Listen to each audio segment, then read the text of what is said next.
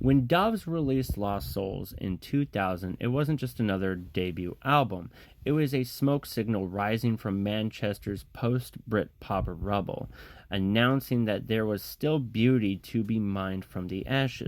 This is an album that doesn't shout for attention. Instead, it drifts in like a fog, seeps into your bloodstream, and quietly rewires how you experience melancholy.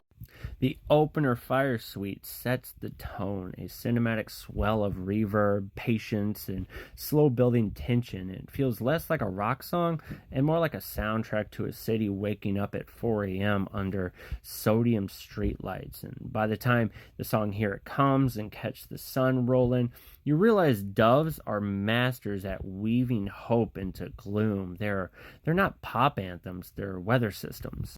What makes Lost Souls stand out is its balance between grandeur and grit. Songs like The Cedar Room are drenched in heartbreak and echo, yet never collapse under its own weight. It's a 7-minute epic that manages to be both crushing and comforting, the kind of track you want to play while staring out at a rainy bus window and pretend you're in a film directed by your own sadness.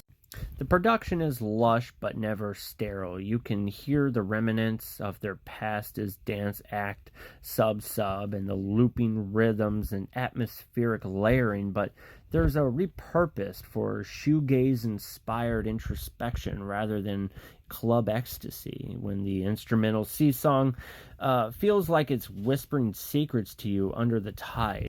At times, the album threatens to drift off into a haze, but that's part of its power. Lost Soul doesn't just capture sound, it captures a mood, a very specific late night, early morning cigarette and coffee mood that sits somewhere between resignation and redemption. It's an album that understands sadness can be cinematic, that longing can sound like salvation.